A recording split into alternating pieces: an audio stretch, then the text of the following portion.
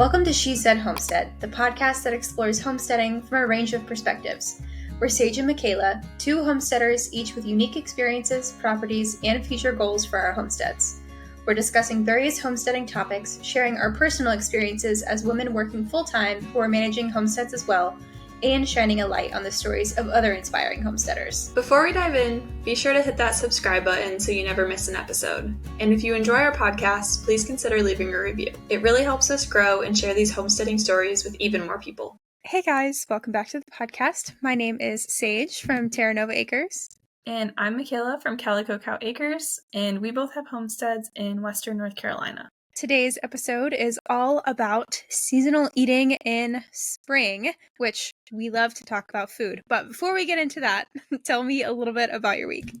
I'd really love to say that I spent this entire past week doing garden things like I was supposed to, but we've pretty much been trying to, I don't want to say renovating, but it's like a mini renovation of our laundry room, and that's pretty much taken up every minute of my time in the past week, I suppose. We redid like plumbing, added a sink, got our feed situation in order. Like we got tubs, totes to put our feed in, and like set up a counter and a scale so that I can actually weigh it.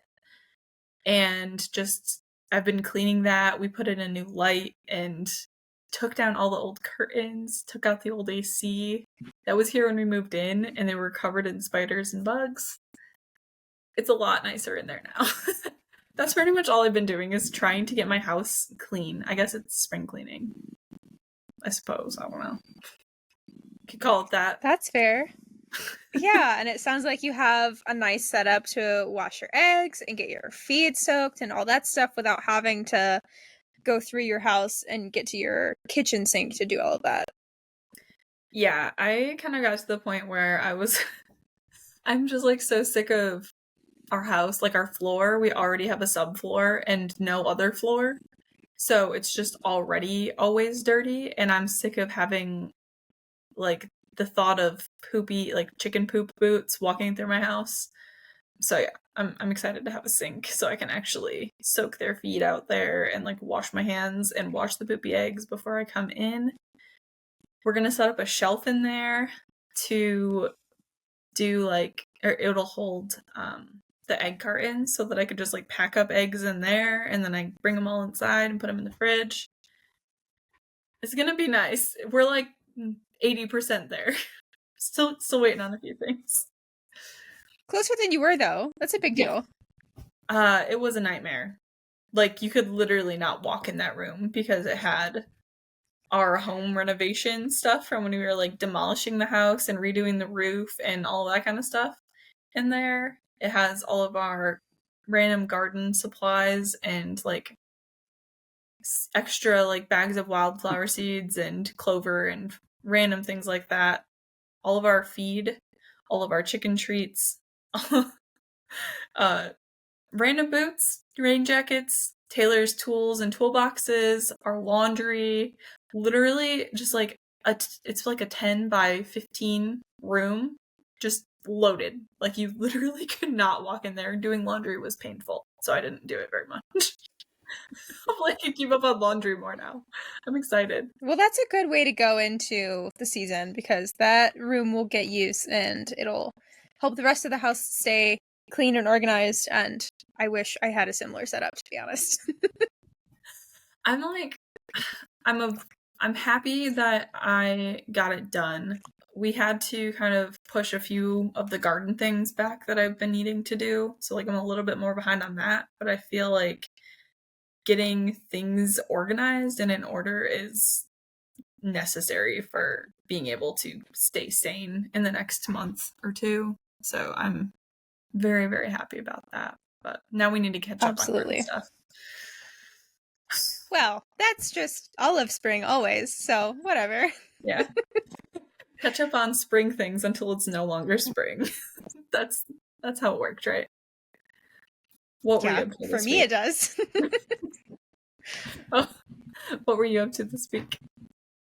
I did actually get a fair amount of garden stuff done. So previously I had my chickens in the garden and the sheep in the garden because I had spread grass seed on the pasture, and the chickens would so quickly just eat all of that hard work. So everyone had to be stuffed into the garden, and it actually worked out really well because that's right when all the weeds were coming up, were sprouting, and so I got the chickens to go through and be my weed clearing crew.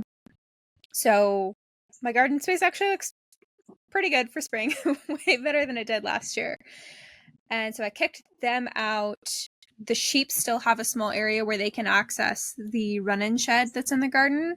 So that's where they're sleeping at night, but they're spending their day in the pasture. So once the chickens were out of there, I got a few rows actually planted. I did almost 100 potatoes. I did like 300 onions, and then there was some miscellaneous stuff like artichokes and celery, some spinach and lettuce. And I think that's it for the time being. And then my brassica row at the very end is still in there. They're kind of sad, kind of successful. The brassicas are. We'll see how that goes. I struggle with those every single year. Yeah, I've heard so many people say that like down south, down here, it's a lot easier to do them as fall veggies than spring. So I sowed some this spring, and then the seedlings, I don't know, something, the ducks might have eaten them. I can't remember what happened. I was like, you know what? That's just a sign. We're not going to do it in the spring. Move on and wait until fall. Yeah. Remind me how long your garden rows are again.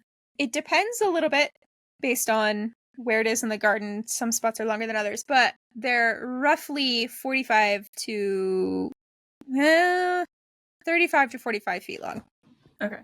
No, I know that your garden's set up a little bit different than ours because we have sort of 4x12 beds, and yours are bigger, longer rows. So I have to adjust my thinking of like what the capacity of them is when you're saying I planted this many rows.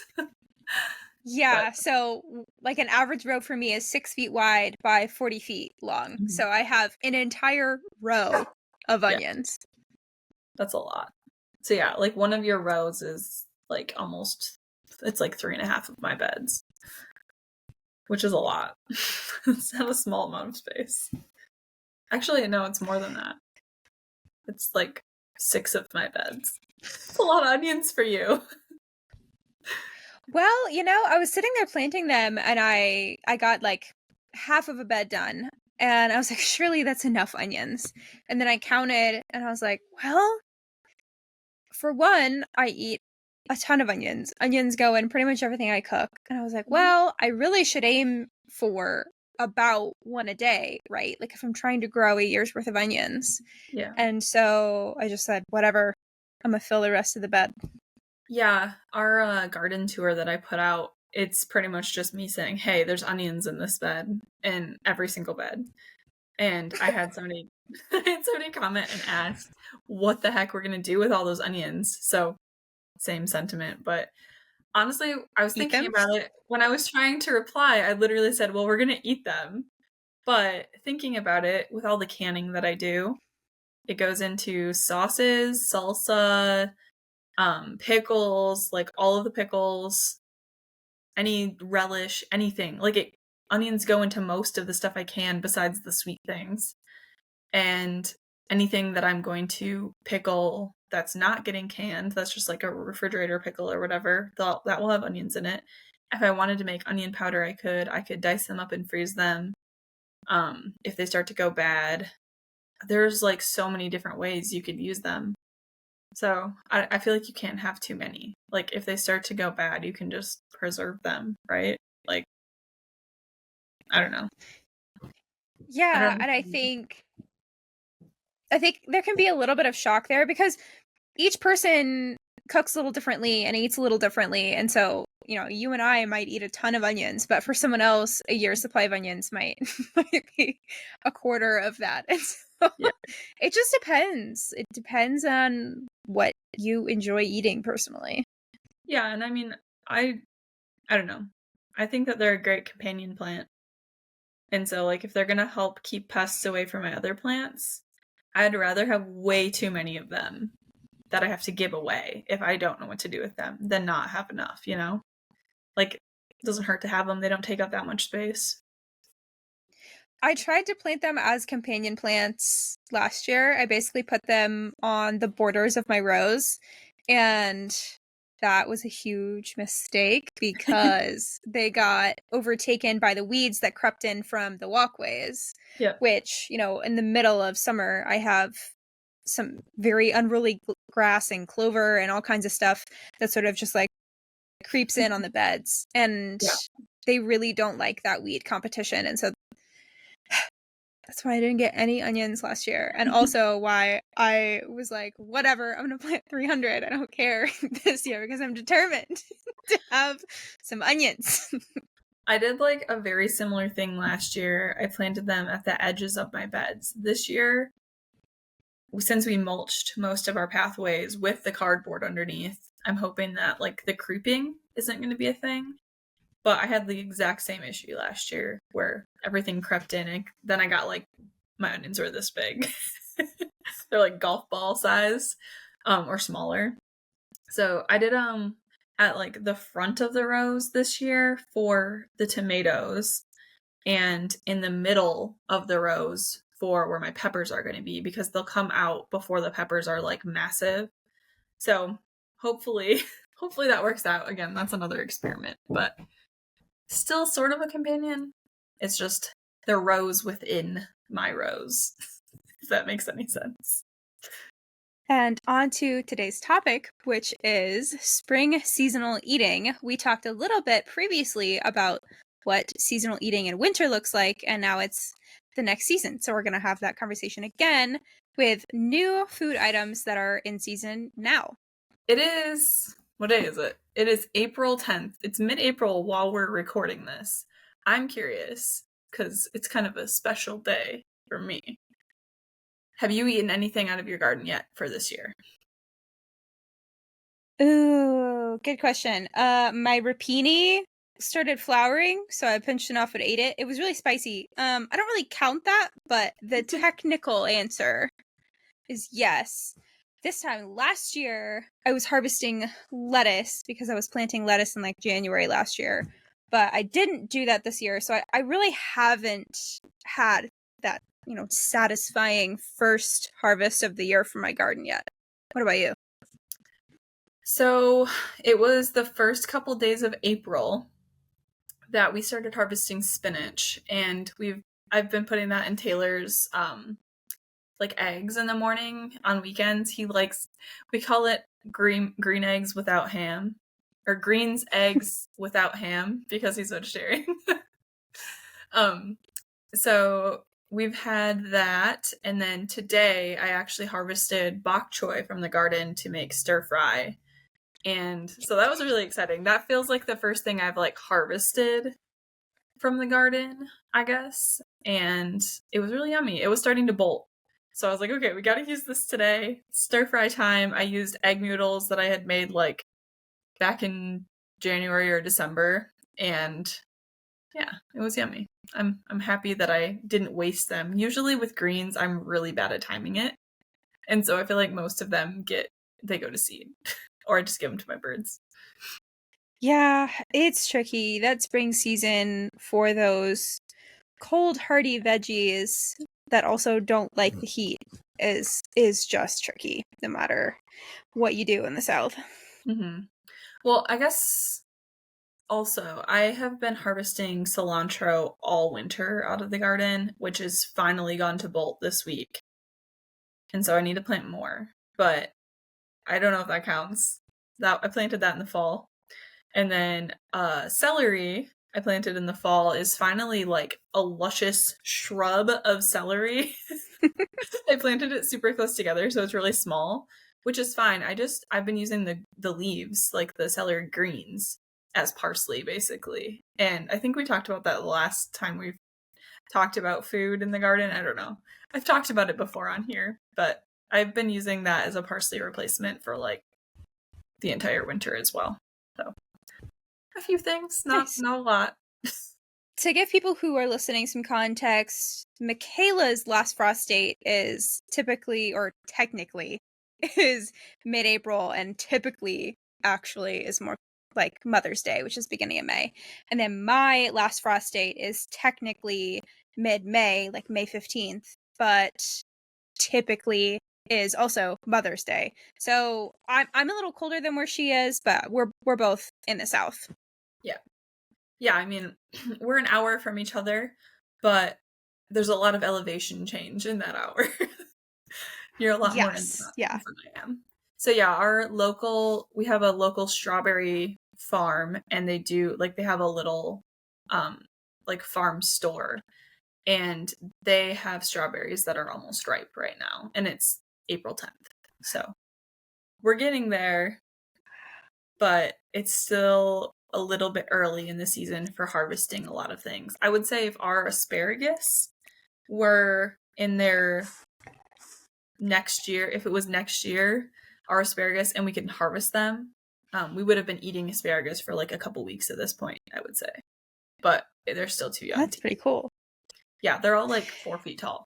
Yeah, I actually forgot, but the conversation about strawberries helped me remember that my friend, Chrissy, who has been on here, she had just an overgrown strawberry patch, and every year they'll send off runners. And so they'll send off new plants, basically.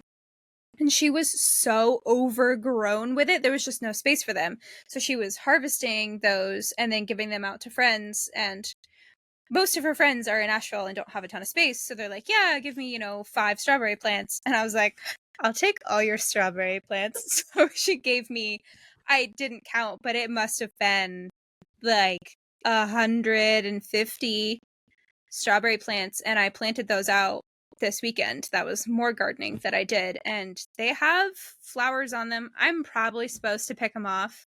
I don't. I'm not going to go through and pick flowers off of 150 strawberry plants plus the strawberry plants I already had. So they're going to do what they're going to do, and if they give me some fruit, I'm going to eat it. But yeah, they're actually close. They're starting to form, just barely, but starting to form the strawberry fruits. So that's exciting. Just berry. Yeah, ours have like 3/4 inch, 1/2 inch berries on them right now. They're still pretty small, but a lot of them have berries on them. A lot of them also still have flowers on them. But I planted ours last year. We still got berries on them last year, and I did not pick them off. I ate them. Because I don't know. They're strawberries. They're gonna produce runners, and they're gonna produce fruit no matter what, and I'm not gonna waste the fruit. I don't really care. They're fine this year. They're thriving. I took their berries last year. I let them fruit, and they are fine. So I'm not worried about it. That's pretty much my entire garden right now is onions and berries, or strawberries. Our strawberries took over our hugelkultur bed, and I have them in our asparagus bed. And I think I might make another hugelkultur bed in the orchard for just strawberries, because we have a lot of runners, and I already had a bunch that I didn't have anywhere to put them last year, so I had to put them in a temporary spot, and that is just a berry patch now because I have to dig them all up, but they're all like, they're lush. It's insane. It's right by the chicken coop, so they're getting a lot of duck poo and whatnot, and they love it. So I find that spring can be kind of deceptive because, going into May, especially end of May, there are a lot of things growing, but there's just not a lot that's ready to harvest. And so typically I'm still eating a lot off of my winter stores. One, because I have it, right? And two, I know that I'm about to be inundated with a bunch of produce. So if I don't make room for it, if I don't eat up those preserved leftovers from last year, I'm not going to have anywhere to put what's about to come in.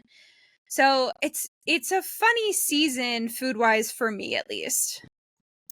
yeah, I mean, like I said, we've been harvesting some greens and herbs and whatnot, but I feel like at this point we would only be maybe eating asparagus, almost eating strawberries, and really there's not a ton else out there that's ready for us to eat besides greens. And I mean, that might be different if you have a cold frame or a greenhouse or something, but we don't.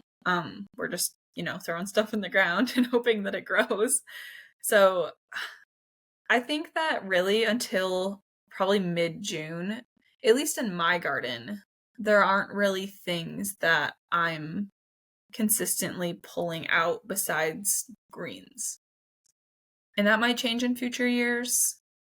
I just thinking about last year, that's when I started getting berries from our property. That's when I started getting strawberries locally. And we didn't have much else growing at that point in the time last year. And all of your plants are like your seedlings are just going out in the spring. So they're not obviously producing yet. And we've definitely turned to trying to use up what we've got in the freezer. And I'm like to the point where I'm like, okay, we need to eat all this stuff, but I also have different goals for this year for preserving things and just like what I want to preserve based on what we've eaten the past year. I need to eat my canned stuff. We've been making our way through it, but we still have a lot. And I need another freezer. Like, I really need another freezer. And our truck just broke. So, I don't know how I'm going to get another freezer, but I need another freezer. That actually brings up a good question. So, what is spring? To me, spring is, the tail end of March up until, like maybe beginning mid, potentially even into late June. What is that season for you in your head? It's different depending on what I'm referring to. So with the garden, I'm thinking of spring as March, April, May. And for eating things, when I'm craving like spring things, I would say it's usually probably late February until early June. So like it's a long period where I'm like, I want all of the spring deliciousness. Like I'm ready for the spring things. And so like late February is when I really start like itching for spring food. And I think that's just like coming out of hibernation and being like, I need vegetables. Yeah. But I don't know. I guess, yeah, I would say until I start harvesting like dewberries on our property and getting some of those first summer veggies, actually like pulling them in and even planting them out. I'm like, okay, we're like working towards summer at this point. So like later in May. But it's a blurry line. Big gray area on either end there for me. Before we move on to actually talking about some of our favorite spring vegetables and things that we are pulling out of the garden or getting locally, I'm curious, what is left in your food storage at this point in time? Like, what are the primary things you're like, I need to work through this? So, we've talked about this a little bit before, but I have this mental barrier where if it's something that I have preserved, it's like precious to me and I am almost resistant to eating it, which is so silly. Like that's the entire reason that I preserved it, is to eat it. But I did put away a ton of tomatoes last year, just like canned tomatoes, and I've been working my way through those slowly. I probably would have gone through them faster if they weren't like so precious to me. But I'm constantly throwing those in soups. I'm making pasta. Pasta tends to be my go-to recipe when I need carbs because I've been working my butt off and I don't really want to think about what to throw together for dinner. I grab some pre-made pasta out of the freezer and I make some red sauce. So that's really easy. I have pesto in the freezer. I have green beans in the freezer. I continue to have a lot of chicken. I'm going to work through that this year. I'm not going to grow any more chicken this year. I have dried tomatoes. They're like a play on sun-dried tomatoes, but they're oven-dried because I'm not going through that process.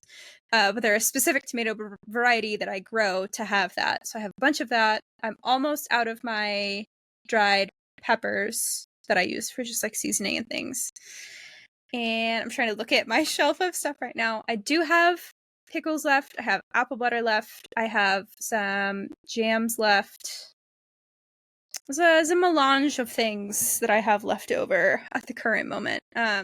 But I think now that this season has turned and I'm like, okay, I'm getting ready for the next garden season, I don't need to hoard this anymore. I think I'll feel more free to eat that stuff now. At least I hope so. On the flip side of that, is there anything that you went through that you like wished you would have done more of or saved more of? I wasn't prepared for that question. That's a good question. I'm throwing all the questions at you today. No, it's okay. I was not great about preserving herbs last year. They just fell off the priority list, to be totally honest. And so that's one thing, because they're super expensive at the store and they're not growing other than rosemary right now. Definitely one thing. And then every year I make a batch of basil infused olive oil because I grow obscene amounts of basil. And that's a great way to use a lot of it all at once, and it's shelf stable. I don't have to freeze it. I don't have to can it. I don't have to do anything extra to process that. And I made, I think, twice what I made the year previous. And I was like, surely this will last me.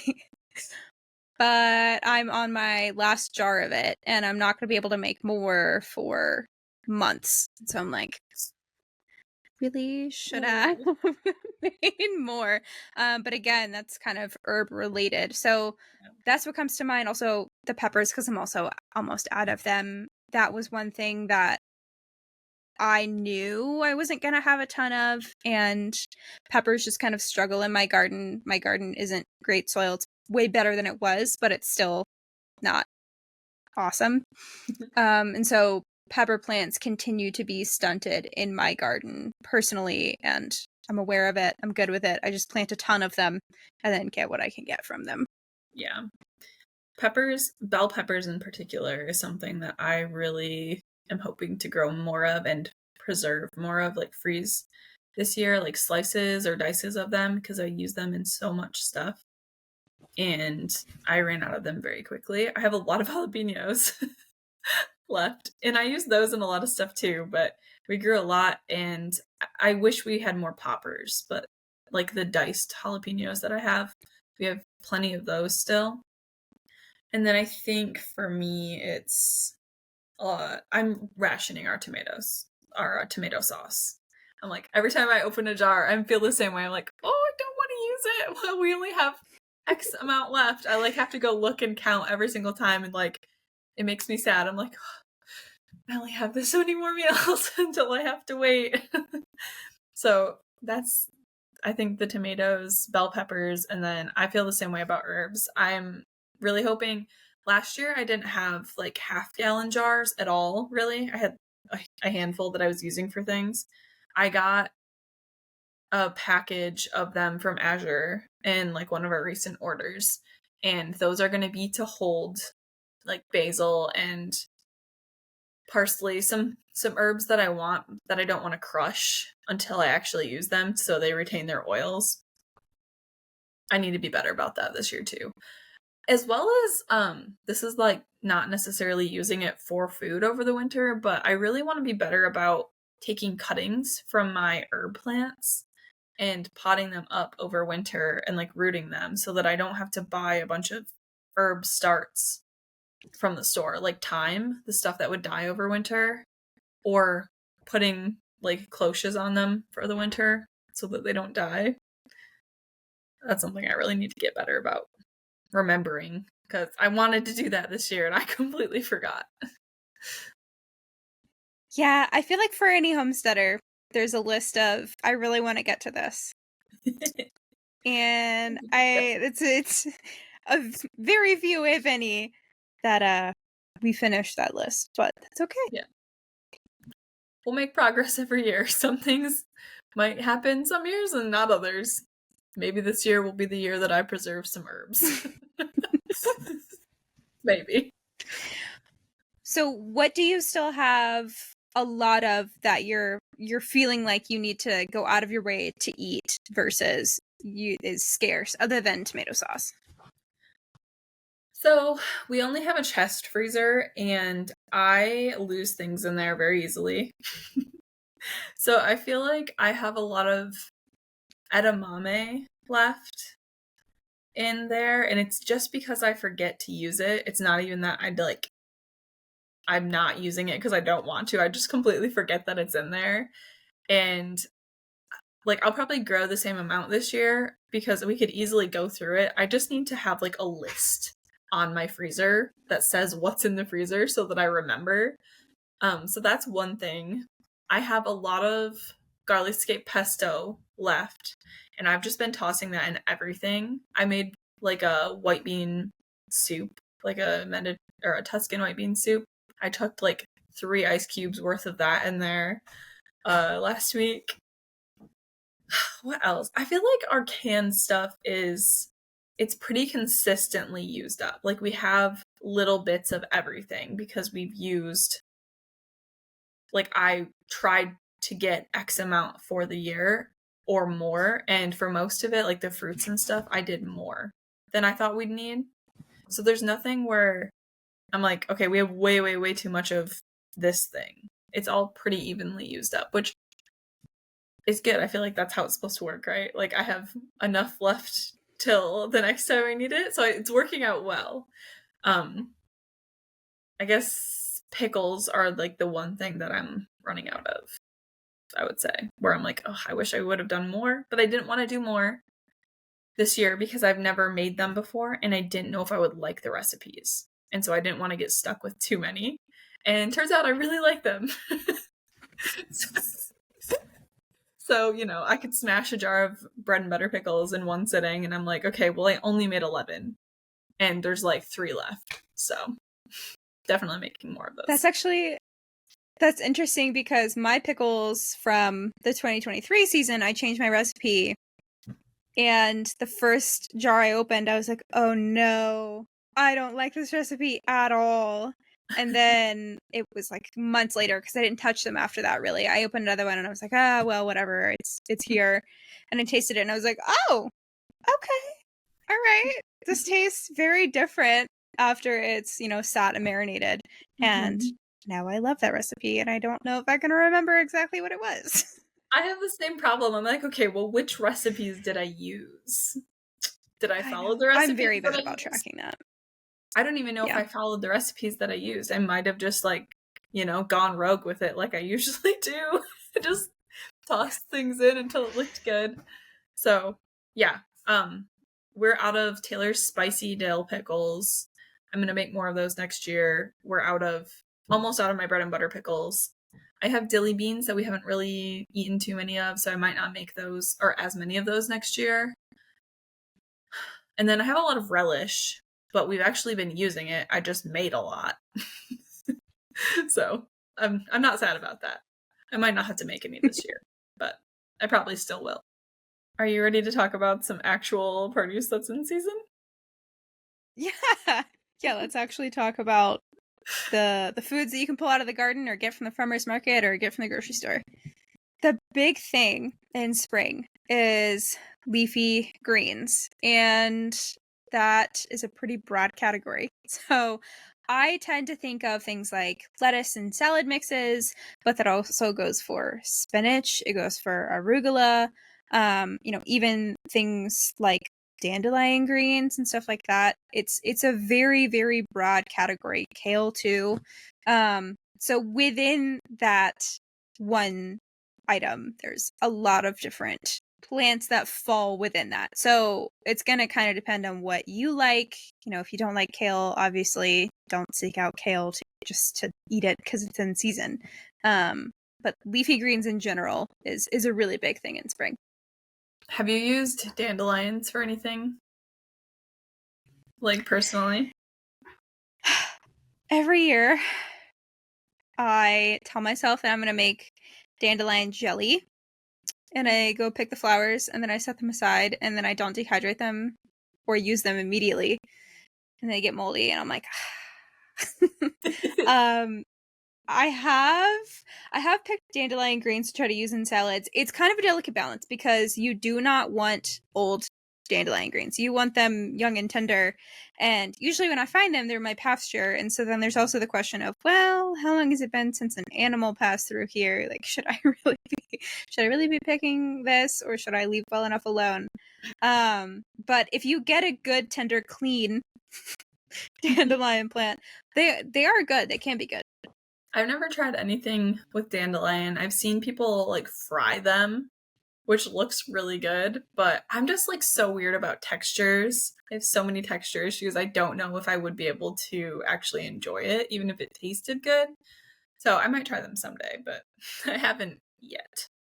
I was gonna say, when we were at your house last, you mentioned that there were wild violets everywhere, and that's like an early to mid-spring thing.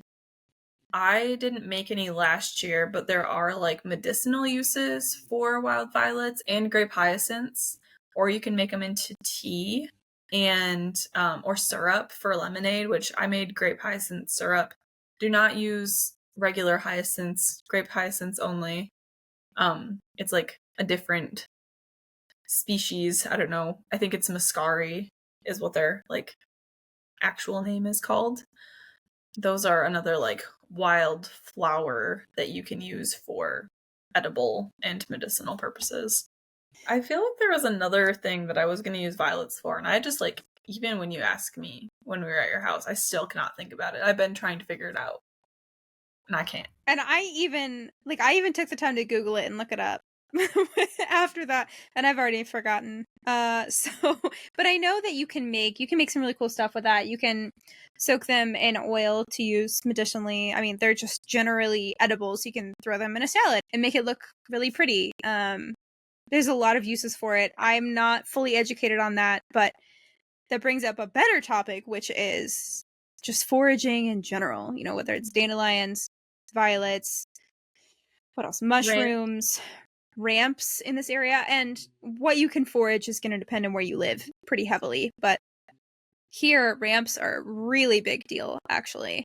And so are mushrooms. Like, I know there are morels that grow around here. I've only ever found one on my property, but I'm also probably just stepping over them and not even seeing them.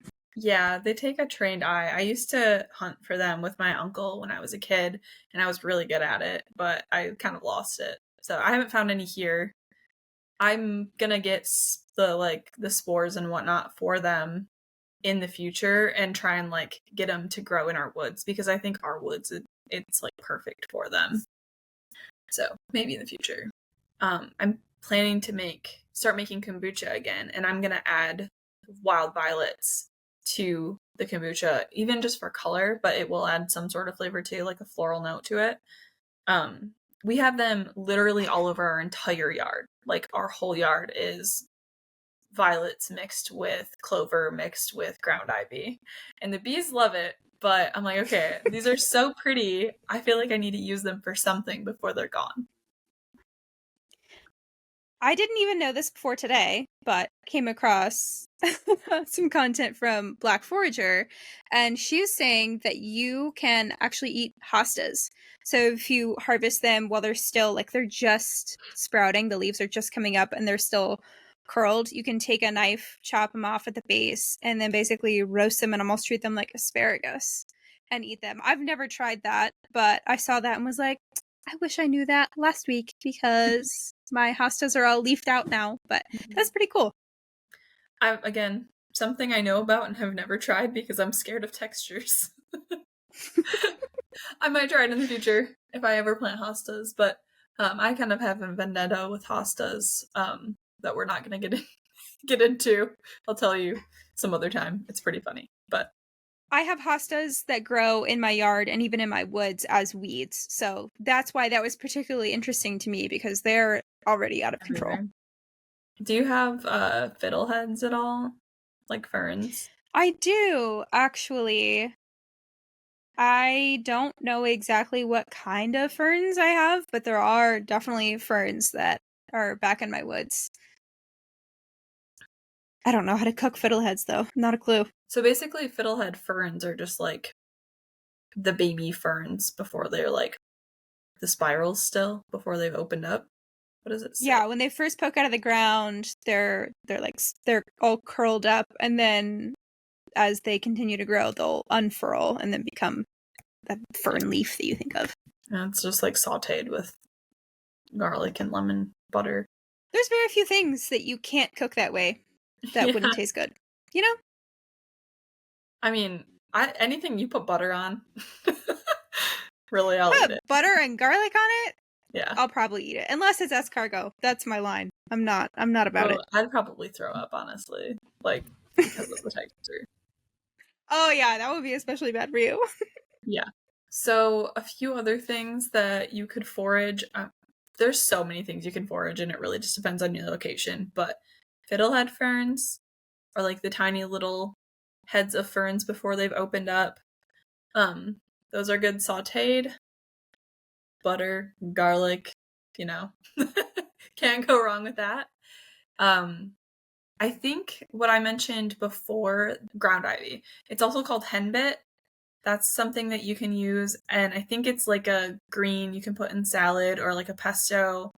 Dead nettle or stinging nettle are spring greens that you can harvest for medicinal purposes, or again, like pesto greens.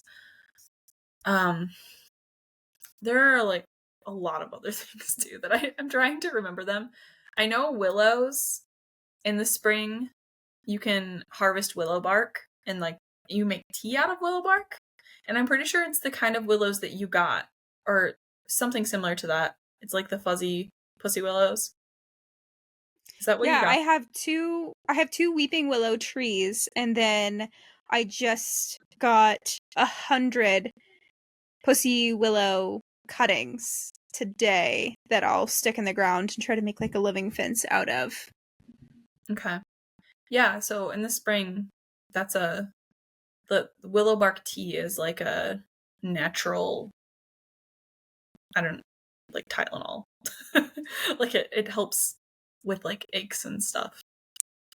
And then plantain is another one. Yarrow, I feel like yarrow around here is more of a like late spring summer thing. At least where like on my property it was last year. And then we already mentioned mushrooms, but there are probably a million other things that you could also harvest. Our kudzu is starting to pop up, and that's also edible, but it's really fuzzy, so I'm not going to eat it. Yeah. You'll have to look up for your specific area, but... And to clarify, when you say plantain, that's not like the banana. There's a leafy plant that's kind of small, but is distinctive, and you can it grows look everywhere. up what that looks like if you're curious. It's like two big leaves, and then they have like skinny stalks with like a fuzzy head on them. And they pretty much grow anywhere. Like that's, if you see plants growing in like the cracks of concrete and stuff, it's like probably 90% certainly a plantain. They tend to grow in compacted soils because they have that long taproot, and you know, same as dandelion. And so because my pasture and my garden are compacted, they're everywhere.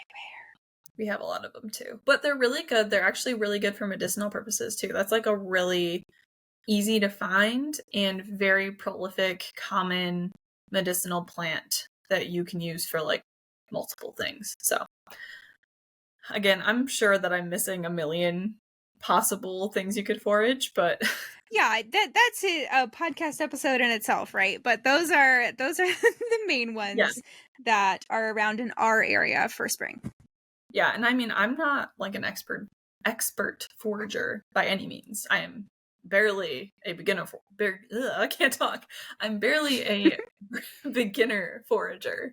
But I've read quite a few things on it, and I'm interested in doing more of it, you know, maybe in the future when I have more time. Because that's a thing, right? The future will have more time. Sure. It's a nice thought. It's a good slow living activity, foraging. That it is. I already mentioned that I've been eating cilantro pretty much this entire winter because I planted it in the fall and it kind of lasted all winter here this year. last year, it probably wouldn't have. But I feel like in most places, if you sow cilantro in the fall or even in early winter, I would say, you could probably cover it up with like hoops or with like a cold frame. That's what they're called. And it will probably grow for you regardless of where you are. But it really started to pick up for me in like February here. So again, it's going to be different where you are, but parsley for me is starting to grow just fine. Like I could go pick parsley, but I've been using my celery greens. And they taste just like parsley, so I'm gonna just roll with that. And then I had bok choy tonight, like I mentioned earlier, and I probably could have harvested that a week ago, and like we said, it's mid-April right now, so I don't know. I probably could have planted it earlier. Brassicas are also another great spring food if you can successfully grow them. We already talked about it, but they're challenging to grow in the South. Every single spring, I try to grow broccoli, broccolini, rapini, what have you. And I feel like every year I get thwarted by either my chickens breaking into the garden and just mowing them down, or the pests that get to them, like cabbage worms. I think there's like 4 or 5 different worms that almost look identical that will also just mow them down. Or the just volatility of the season and how low the lows get where I am, even if I have agribon on it, even if I have greenhouse plastic on it, those lows that dip really low at night because it's still basically winter can also just nix them. So if you can manage to grow it, or if you can manage to find it at the store, it's a great seasonal food. It's just tricky. Like I said earlier in the podcast, I'm not even trying like pretty much any brassicas in the spring. I have some kale, but I think that's pretty much the extent of it. I guess bok choy is kind of in the same realm, but that's more of a green in my mind than kale. I don't know. I don't make sense, but that's fine. It makes sense in my brain. It's almost a cabbage. It's kind of cabbage-ish. Yeah, sure. So I have rapini, broccolini, and I think if you are gonna try that and you're not like super experienced with brassicas, the broccolini, like sprouting broccoli is what it's called. Those types are technically supposed to be easier to grow than like a broccoli or a cauliflower that has a head, because those ones are more likely to bolt or just like not grow correctly than the sprouting broccoli would be, because they're smaller. Yeah, they are ready to harvest sooner because you don't have to wait for this giant head to mature. It's just a smaller one, and so that means you have to grow more of them if you want the same amount of food, right? But less opportunity, less of a time window for pests or cold or other weather to get to them. Chickens. For the chickens. Friggin' chickens. Yeah, I guess we should probably make it clear that the chickens in Sage's garden aren't a southern thing. It's not a southern issue. It's a me issue. issue. Do you have asparagus growing in your garden? I don't, because I do not like asparagus. What? I used to not like asparagus either, and I think once I got into college, I like tried it again. Let me rewind. As a child, the only way that I would eat asparagus is when it was my dad would like occasionally cook it over a campfire with like a roast all day, and then he'd like just smother it in cheddar cheese. And so that's the only way I would eat asparagus. And I was like, okay, this is good. I like it now, but I'm very picky about it. So I only like it if it's really tender. If there's any woody bits, that gets my texture issues going, and I will literally gag. So I like it roasted in the oven with like garlic and onion or whatever on it, like powder. And it doesn't have to, but it's perfect if it has a little bit of Parmesan, like melted on top of it. But not a lot, just a little bit. That's like my ideal way to eat asparagus, but I can handle it if it's cut up small and tender in pasta primavera or alfredo or like some sort of pasta dish. I'm very picky about it. I guess I should rephrase. It's not that I don't like it to the extent that I will not eat it. It's just not worth it to me. I don't like it enough to dedicate a perennial bed to it, because it's not something that you just throw in the ground, grow from seed, and then it's gone the next year, right? Like, asparagus is an investment, the same way that strawberries or blueberry bushes are an investment. And so I'm like, meh, I'm okay not spending my time or energy on that and directing it towards other things that I would rather eat. Yeah, honestly, like, it is definitely a time investment. It's basically like planting a fruit tree or a berry bush. Like, we planted these last year, we can't eat them this year, and we can eat some of them next year. And then after that, we can take as many as we want that are like pencil sized or bigger. So it's definitely the long game, and you'll never get rid of it if you plant it. It's like a weed, which I'm not necessarily upset about. Like, I want it to grow everywhere because I like asparagus, and it's something where I could easily sell it at a little farm stand or whatever, give it to people if I have too much of it, or give it to my birds or something.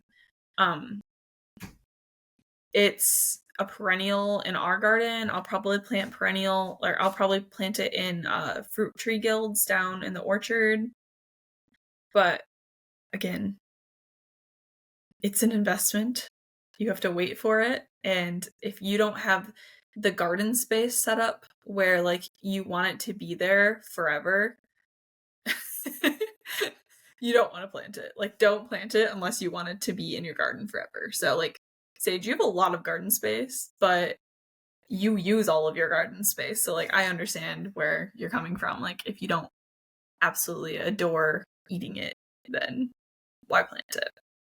It makes sense. I think I could probably throw it in with my strawberries, because it's really good to grow with strawberries. They grow really well in the same spaces, but like, to invest the money and time and care into that, Yeah. I mean, if you ever want it for free, I will have plenty. Like, the seeds. It drops the seeds every year, and then there's baby plants and stuff, so you can always come dig some up if you ever feel like you want it. Another one is new potatoes. So new potatoes just means basically small baby potatoes. And potatoes aren't typically, fully mature, fully ready until summer. But if you are just very impatient, or if you just really like the small potatoes, you can dig them up a little early in spring and have that food from your garden at that time instead of a little bit later. Mm-hmm. I have a really big bed for potatoes that we planted in like late February, maybe mid to late February. And I have a whole nother load of potatoes that needs to get planted right now. So I'm going to have to set up a whole nother bed for them. I have some that are on the way that are like fingerlings. And I love potatoes so much. It's one of my favorite foods. You can never have too many potatoes, and they store so long. But I am very, very excited for I call them baby potatoes. I don't call them new potatoes. But we were at the store like 2 weeks ago getting groceries, and Taylor, whenever we walk past the potatoes, they have those little bags of the baby potatoes, and they're just like all the colors and everything. Taylor's like, we should get some of those like specifically sometime just for a fun meal. And I'm like, you realize we have like a 20-foot by like 30-foot bed of potatoes growing at our house right now, and in like a month or two there's gonna be baby potatoes we can use on it. Like, we can use homegrown baby potatoes. He's like, oh yeah. That is actually something that I forgot about, that I did run out of for my winter stores of food. I mean, I didn't preserve it by doing anything crazy, just stuck it in a box in the side of my kitchen, but I did run out of those a few months ago. And so that's part of the reason that I planted 100 plus seed potatoes this last weekend. I was going to say, how many did you plant? Do you remember how many you planted last time around? Like last year? I mean, I don't keep track of those numbers because I have enough to do, but my guess is that I had 30-ish plants last year. Okay, so like a third of what you planted? Yeah, so last year I grew like a third of what I'm intending to grow this year. So we'll see how much I get. I did also buy seed potatoes. So there were a few left over that had already started to get eyes. And I was like, okay, well, I can keep some of these as seed potatoes for next year. And then I bought 3 other packets of seed potatoes specifically. And they're all Yukon Gold because that's my favorite. And so I just grow one variety and be done with it. But the hope is, a portion of that is going to go to seed potatoes next year, that I won't just eat that entire store, and then I won't have to keep buying seed potatoes because one packet is like $8, which not breaking the bank, but anywhere that I can save money on these garden inputs is genuinely helpful. Yeah. Where did you get your seed potatoes? Just Tractor Supply or something? Or did you order them? Yep. Yeah, Tractor Supply. I don't do anything fancy. I don't order them from anywhere. I just, when they're at the store and I see them, I say, okay, time for me to buy them. I was going to say, I know that I saw Yukon Gold at Tractor Supply. We got whatever the blue ones are, or like the purpley ones that Tractor Supply has. We have those. And then a bunch of other kinds. I got some fingerlings. I have a bunch that I just plant from the store that are russets and red potatoes. And then some like purple and pink ones for fun because we like to make like breakfast hash, and it's really fun to have just like a bunch of colorful potatoes in there. I don't think I'm actually growing any gold potatoes, which I should. So maybe I'll have to go to Tractor Supply. Oh no, grow more things. I am really gonna try and do better about saving seed potatoes this year too, though. I kind of did that this year. And when I say that, I mean I chitted a bunch of potatoes in the fall to plant in the fall, and then I forgot to plant them. And they were still alive in the spring, so I planted them. Or in February, so I just like threw them in the ground. And they're growing. They stayed alive the entire winter, even chitted. And they were like, this long. So I'm gonna struggle keeping the potatoes. I already know it because we're planning to put a wood stove downstairs, and that's going to be a problem. I think I could keep them in the dark just fine down there, but we might have to get a little root cellar situation set up down there we have like a jail cell style bathroom downstairs. Like it's literally concrete block, like cinder block, and there's a window in it, so it's really bright, but I could cover up the window and just like put a vent in it. And so either next year that's going to be a greenhouse in the basement over winter, or it's going to be my root cellar, like makeshift root cellar. We haven't decided which one we're going with yet, but yeah, we're going to have to figure something out because I plan to grow a lot of potatoes and I really want them to last. And there are a couple other root veggies that are good seasonal spring eats. Beets are one, and carrots are one. Carrots you would have to plant in the fall and kind of overwinter, which honestly, if you live in a mild enough climate, is a great way to store them over winter without having to have like a root cellar or put them in wet sand or all the other kind of crazy things that people do. I had planted some carrots in fall, and surprise, surprise, when I put my chickens in the garden, they ate them. And then I forgot that they were there. And as I was planting out these other things in the garden, I was like, oh, what's that orange thing? I was like, oh, right. I planted carrots here and they actually grew. Now I'm tearing them out. So it does work. And that's the closest to a successful carrot crop that I've grown since I've been here. So there are still a few that survived my ripping out of that bed. And I'll leave them and harvest some carrots, hopefully. in a little bit here, but they can be tricky, and it does require planting them in advance, just so you know. Yeah, I've never gotten like a huge success with carrots. I did the raised beds this year just so I could grow carrots successfully because of this clay. You guys know about the clay. Yeah, so I planted my carrots whenever we put the raised beds in, like a week after that, which was in February. I don't know. I think it was late February that I probably planted them. And they're about probably 3 inches tall now. So like they've been going through a lot of temperature shifts with like the really cold nights, really warm days, and they're kind of the temperatures are leveling out a little bit where like our lows are about to be in the 40s and 50s instead of down in the low 30s and whatnot. So they're starting to like really pick up their growth, and I'm really hoping that I can actually grow some this year. Last year I grew some in the clay and they were baby carrots even after growing for, a long time.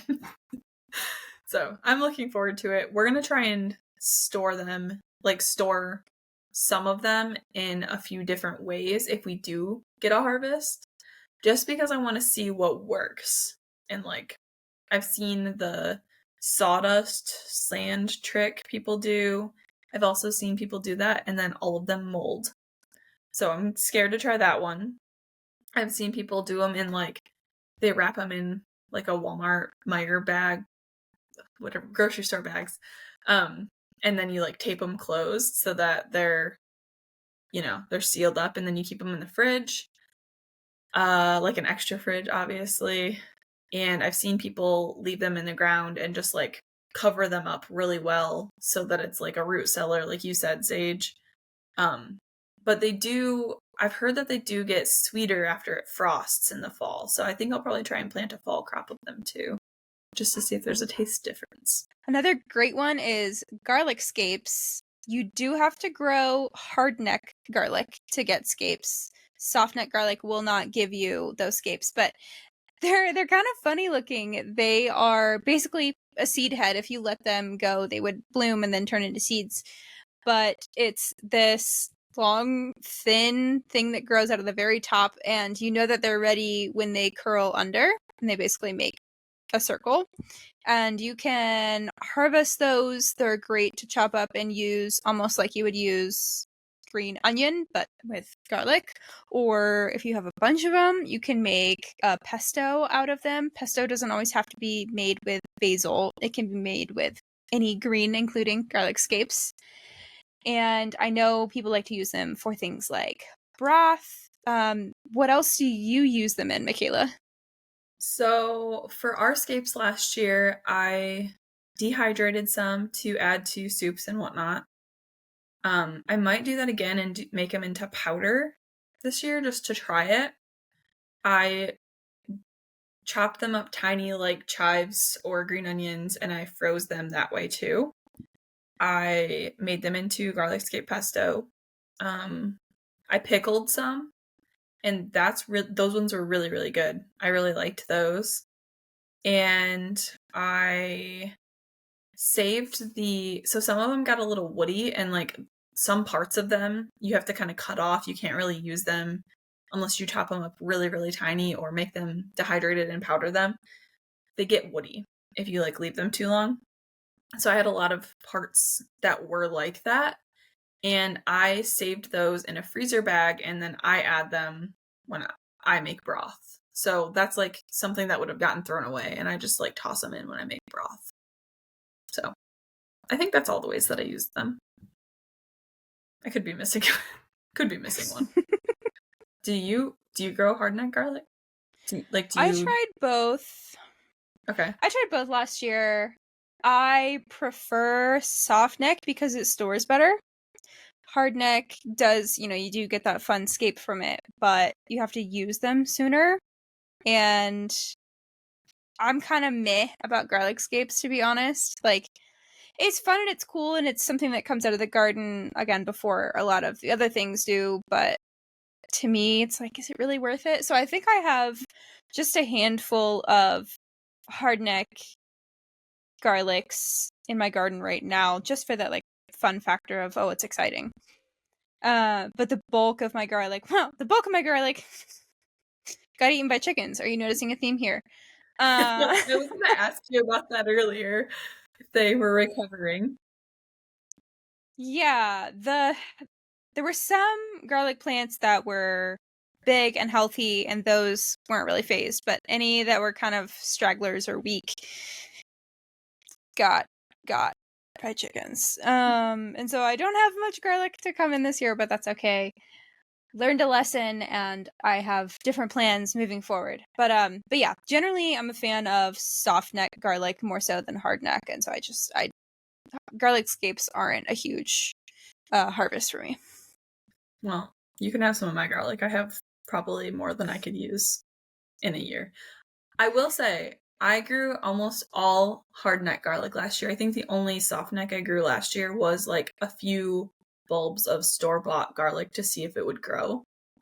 And so I like hard neck garlic. I think it's easier to peel. I know most people say that soft neck is. I think hard neck is easier to peel. And my hard neck garlic is still perfectly fine. And I just have it tied up in my kitchen. None of it's rotting or anything yet. So I probably will take it down and like mince and freeze it soon, but it all looks perfectly fine still. So I have one braid of hard neck left and one braid of soft neck left, and I went to go use the hard neck, and all of it was just like shriveled up and like non-existent. But the soft neck is still perfectly good. So for me, for whatever the conditions are in my house, the hard neck just doesn't last. I'm growing a mixture of them this year just because I wanted to try it out and see what I liked better. I've only ever grown hard neck, but I've used soft neck because most store-bought garlic, in case anybody listening to this doesn't know, most, if not all, store-bought garlic is soft neck garlic. And so unless you've grown hard neck garlic or gotten it from like a farmer's market or something, you've probably never even had like held or seen hard neck garlic. And it's just got like, it's got the scape in it still. When you dry it, it's got like a little hard stem in the middle of all of the cloves, and I think that makes it easier to break apart. But what you're gonna grow depends sort of on where you are. Hardneck garlic tends to do better in cool places, and softneck does better in warmer places than hardneck garlic. I think hardneck requires more cool hours, or does better with more cool hours, and I think that's why. Yeah, I don't know. We're just in an area that's like in the middle. So we can grow a lot of a variety of things in general, not just garlic. But I had all my seed garlic and stuff from Michigan, so that's why I've been growing hardneck in the past. But I was like, this year I'll try softneck and I can braid it. I did braid my hardneck sort of, but yeah, we'll see. Maybe I'll like softneck better if I grow it myself. Yeah, if you're in a really cold place and you plant softneck garlic, because garlic is a little bit of an odd crop, you plant it at the tail end of the garden season and then you harvest it in the middle of the next garden season. You overwinter it in the ground. If you're in a really cold area and you try to plant softneck garlic, it might not actually survive. It's not as cold hardy as hardneck garlic is, just so you know. So kind of along similar lines with the garlic is onion greens. And I personally like to grow a lot of onion type things. So I love chives and I like green onions or bunching onions. I honestly like green onions more than I like regular onions for things, just because, again, the texture thing, they're a lot easier for me to handle in food. I don't know. Do you grow bunching onions and whatnot, or do you just grow regular bulbing onions? I grow both, and for me, I like to start my onions from seed. I don't like to order starts or sets or anything like that. And so to get them to fit under my lights and not flop over and get all kinds of wild and crazy, I end up trimming them while they're in the 10-20 tray in my seed starting setup. And then I have basically green onions, even though they're not technically bunching onions that are green onions. Yeah, I end up with those greens from the onions to use in food just because I'm doing like general seedling maintenance. So that's even before it gets out into the garden. But I do tend to trim them back a little bit just to encourage root growth. I don't do that like right before I harvest it or anything, but I will pull on them here and there because it's something to add to my food. The onion isn't going to miss it that much. Now, if you cut like the whole thing off, it might mind. But I'm talking about like one leaf or just trimming the top a little bit. And yeah, why not? Yeah, and I think bulbing onions, like the leaves on those, are so big. Even compared to like bunching onions, where you like pick bunching onions when they're a little bit smaller. I feel like the leaves on bulbing onions get like really big around and they're like thicker almost. I don't know. I like both, but I tend to grow just like I'm the kind of person where I'm lazy about it. So whenever we buy green onions from the store, I'm literally take the root off of them and I just like go plant it outside in my garden and they always grow. So like if you want free green onions growing, just like take your whole bundle that you get from the store, like cut the roots off with like an inch left and like go stick them all right next to each other in the ground and then you'll have green onions forever. We also have wild garlic or like onion grass is what I call it. It runs rampant here and I am hoping to harvest and dehydrate a bunch of that to add to soups just like I do with the garlic scapes and whatnot because it's really, really yummy and it's everywhere and it's kind of foraging, I suppose. It's in the way. Yeah. And it's invasive here, so you don't have to feel bad about harvesting it really heavily. It's literally half of our grass. It's growing in my garden beds. It grows next to my asparagus. It's everywhere. Our entire forest is just filled with it.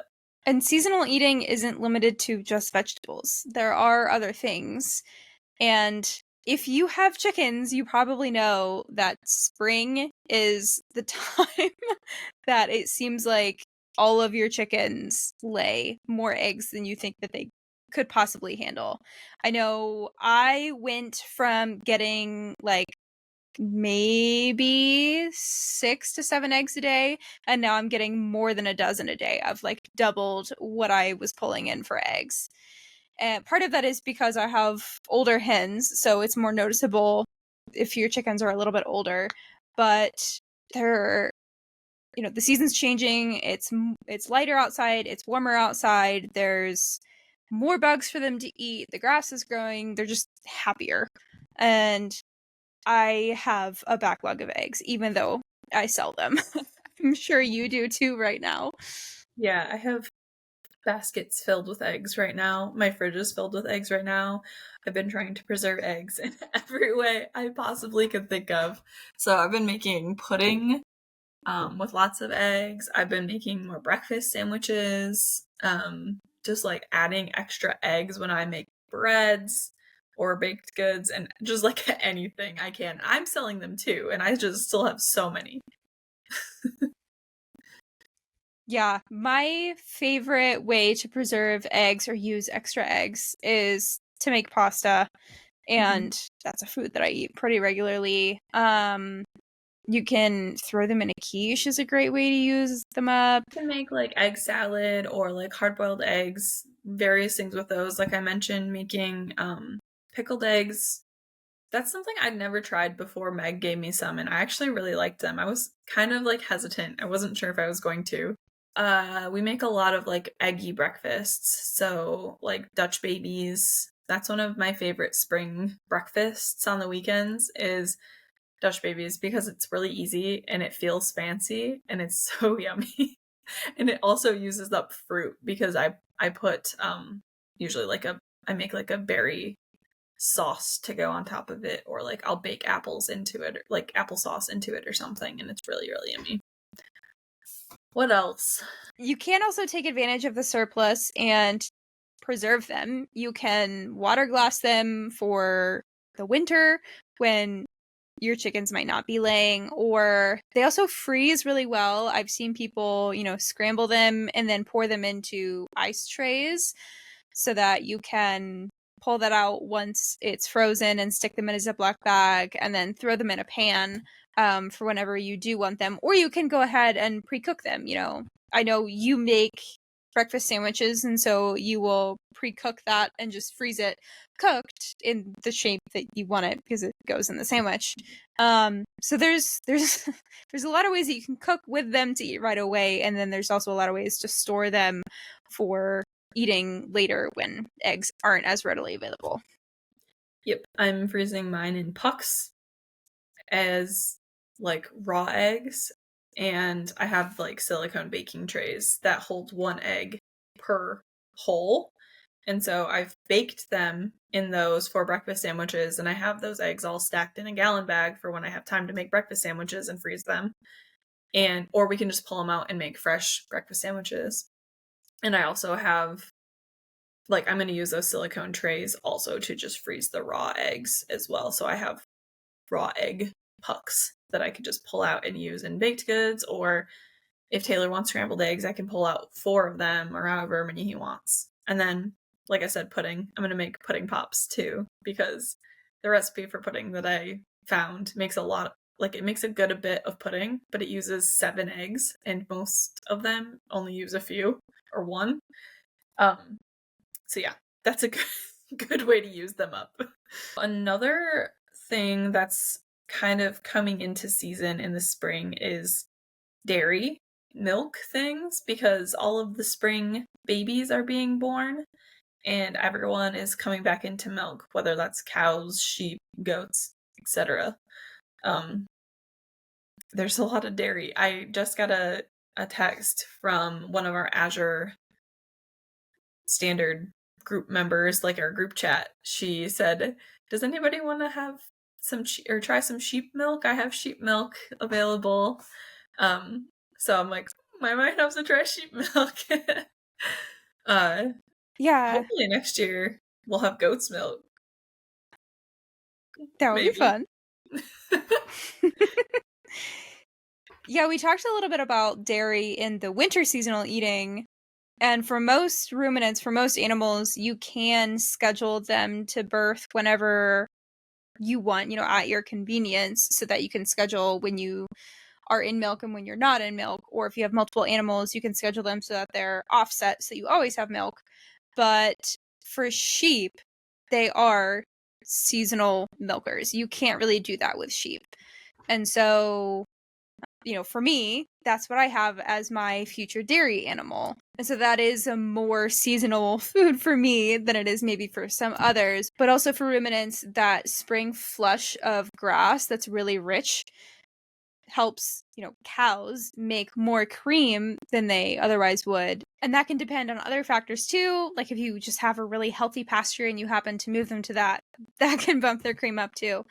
But just speaking generally, animals tend to have babies in the spring, and that tends to bring in the milk for you. I feel like a lot of people schedule that to happen in the spring because animals giving birth in like the midst of winter is kind of dangerous.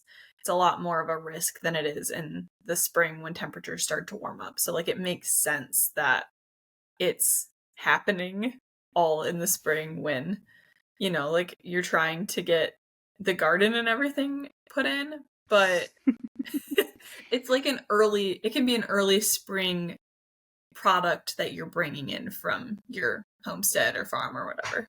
All right, so instead of just leaving you guys with a random list of different foods, let's put that into the context of some recipes. We did this for the last one, and we're doing it for this one again.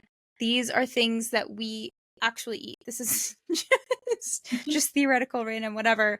This is, pulling from our personal experience. So the first thing that I thought of, partially because I eat pasta all the time, and I have a lot of pesto left over, is trying to use up the stores of what I have and make a pesto pasta with those sun-dried, oven-dried tomatoes. So you get to use up eggs making that pasta. So that's eggs and flour. I just have the pesto frozen in my freezer, and I throw it in the pan on low heat when I'm like sauteing everything together. And I grab those, they're a Principe Borghese tomato that I throw in the oven and oven dry. They're so good. I throw that in there, maybe throw some Parmesan on top, maybe throw some chicken on there if I want some extra protein, but there is absolutely nothing wrong with that recipe. It is so, so good. I kind of mentioned this when we were talking about eggs just now, but Dutch babies is one of my favorite things to make in the spring. I make it for breakfast a lot on the weekends because it doesn't take a lot. It doesn't take a lot of hands-on time. It's not very many ingredients. It's always ingredients I have on hand. It's mostly eggs, so you can make it however big you want. It's eggs, like a tablespoon of butter, a little bit of flour, a little bit of sugar, and you're just like whipping it up. And it's basically like a big fluffy egg pancake. And then I'll open up a can of, usually it's blueberries, and put them in a little saucepan while it bakes in the oven. And I add a little bit of like arrowroot powder or something to it. It's usually got syrup in it already, like light syrup in it because I canned it. And so I don't even have to add sugar. And I'll just like simmer it until it's kind of like thickened up a little bit. And then we drizzle that on top with the berries and whatnot. That's really yummy. You can use fresh fruit. You could use maple syrup, powdered sugar. That's a pretty standard topping, just like regular pancakes and waffles and whatnot. Anything you'd put on pancakes and waffles, you can put on these, but they're really low sugar otherwise. The next one on my list is a way to use up all those lovely leafy greens we were talking about. And I like to throw those into sort of like a spring strawberry dandelion salad. And obviously you can use whatever greens you have, whether that's spinach or head lettuce or mixed lettuce, or if you want to forage for some dandelions, throw some arugula in there if you're really feeling it. So a bed of whatever greens you care to make, and then throw those seasonal strawberries on top. And I really like it with a creamy poppy seed dressing. It's a little bit different from, like in winter, I typically gravitate towards the balsamic dressings with like the dark fruits like the cherry and blueberry, that kind of jammy stuff in there. And then in spring, I want to switch up to something like it's kind of sweet, it's kind of oniony, and then it's like a mayonnaise base to it with some vinegar, and then the poppy seeds are just fun. That's something that I tend to crave in spring, and a way to use up what's coming out of my garden anyway. I feel like I've mentioned this before, but I am a soup gal. I love soup. I will eat soup for any occasion, any time of year, any time of day. I love soup. So I feel like something in soup form that's like really warming but fresh is perfect for spring, when it's like still kind of chilly or rainy days, but then you're getting like the roller coaster of the temperatures that's happening. I always try and plan to have soup on rainy or cool days in the spring. I plan my meals around weather. But minestrone with like a crusty bread is so yummy. I really like doing like a specific spring minestrone, so I put a lot of stuff that's stored over winter, like your root veggies, like onions, carrots. I usually have celery that I cut up and keep in my freezer for soups.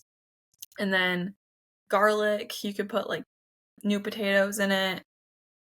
Asparagus chopped up small, peas, snap peas, and then like Parmesan rind, Parmesan cheese. I feel like it's understated, but keeping Parmesan rinds in your freezer and putting them in a minestrone soup, it brings so much flavor to them. I try and do that with like all of my soups. I need to get more Parmesan to just keep the rinds in the freezer.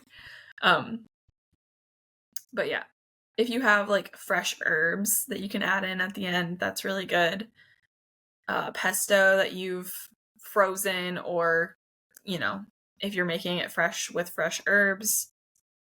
I like to put my garlic scape pesto in this, and then just broth. It's really, minestrone is like a whatever you've got sort of thing. I just like, for spring minestrone specifically, I try and do like root veggies mixed with the spring veggies to like meld it together.